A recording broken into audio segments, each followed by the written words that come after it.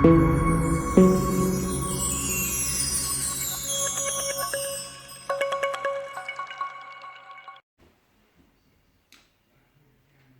the use of foot biomechanic assessment in primary care can help you to identify and prevent ulceration for your diabetic foot patient?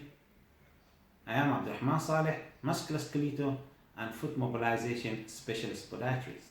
Simple answer for this question: yes, it will do. There is many factors could lead for your diabetic patient to have ulcer or wound on his foot. One of them, if he got peripheral neuropathy, which your patient he will lose sensation in the part of his foot or on all the foot. Second one, deformity. Foot deformity could lead for ulceration, and also restricted joint motion within the foot could lead to this as well. Use foot biomechanic assessment to identify any pressure point or any pressure area within the foot, any restricted motion within the joint of the foot, deformity within the foot as well. Let me show you the famous or the normal part of the foot where you could get ulceration, or where your diabetic foot patient had an ulceration on it. The first one, plantar to the first metatarsal head. Your patient, he will have ulcer or wound over here if he got fixed first ray plantar flex. Also, he will get this problem if he got limited dorsiflexion in his first metatarsal phalangeal joint, limited hallux dorsiflexion. Also, if he got rigid hallux dorsiflexion, also it will prevent the motion and will cause pressure underneath the first metatarsal head, which will lead your body to build extra skin over here, which we call it hard skin, and transform to callus. And when the skins become hard, the ability of the skin to stretch is become less, and the skin will break, and you will have a wound, or what we call ulcer. As well, you will have it in this area if your patient had a bunion as well.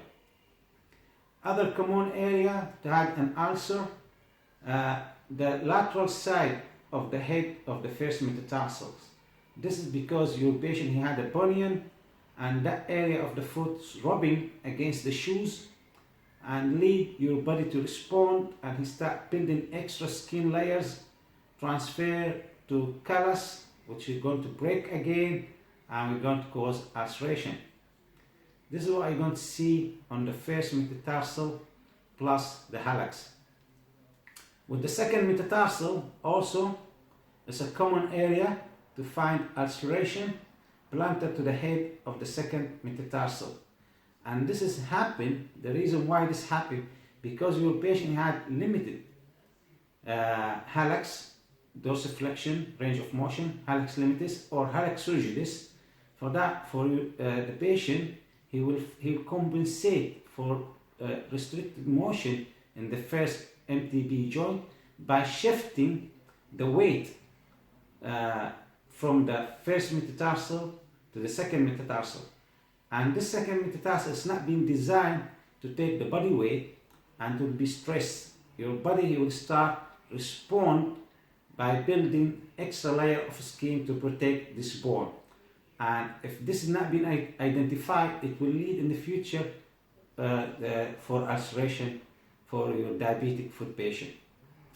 Also, common one, when you get hammer toe like this, and we see this is special on the second and the third toe, and more on the second toe. Restricted range of motion and deformity within the second of toe, and become taking the shape of the hammer. We call it hammer toe. You will get the ulcer on the top, on the dorsal aspect of the toe. And this is because your patient, when he moving, his foot slide and glide inside the shoes. And this is cause friction motion or friction force between the top of the shoes and the hammer toe. and this is lead as well to your body to try to protect this toe and this bone by building extra skins, which will be changed to callous hard skin, and that will break in the future and will cause ulceration. Also, a common area of ulceration within the apex of the toes, and we see it more between the second, the third, and the fourth toes. When you get marked toe, that means the distal part of the toe in the plantar flex position. When you get this deformity, marked toe, when you patient walking, he put too much pressure on the apex of the toe. This is pressure will the body will take action against it by building extra layers, which change to callus, and it will break in the future. For that pressure area, your body to respond to them by creating more skin layers, which will change to hard skin, and after that to more harder, like we call it callus, and after that it will break. You need to identify this as well.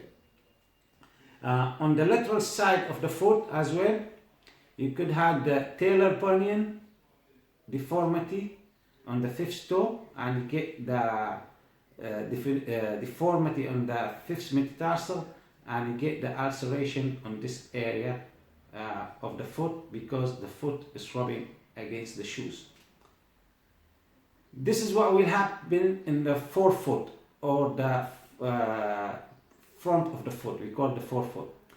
Also, if your patient had biscavus foot, which is high arch foot, you will notice that the front of the foot or the forefoot is not on the right plane with the rear foot, and this will be on the plantar flex position, which put more pressure under the metatarsal heads, and that lead for formation of hard skin or callus under the metatarsal area. And if we didn't address that by taking this pressure out, that skin will break and will become an ulcer as well. As well, if your patient had a deformity in his toes and restricted motion within the extensor digitorum longus, the toes will be attracted and goes backward, and that will shift as well the fat bag under the metatarsal heads forward, and that will leave the metatarsal without cushioning, and that increases pressure on the forefoot as well. As well, we see sometimes, it's not always, with overpronated foot, we see much pressure going under the navicular as well. Ulcer on the heel area, or a wound on the heel area, is caused by pressure, and we call it pressure ulcer. And this is because your patient is not mobile, he's not moving, or he's in a wheelchair, and he sit all the time putting pressure on the heels, and that could cause ulceration. For that, you need to identify the pressure area within the foot. Also, limited ankle dorsiflexion as well. It could cause a problem. This is why you need, in primary care, when you check your diabetic foot patient, you need to do a full biomechanic assessment to identify any pressure area within the foot, any deformity, any restricted range of motion within the foot joints, and to address this and to try to prevent it by using orthosis or any padding like a semi-compressed felt pad. Also introducing exercise to try to retain back this motion within the foot. I hope this answered your questions.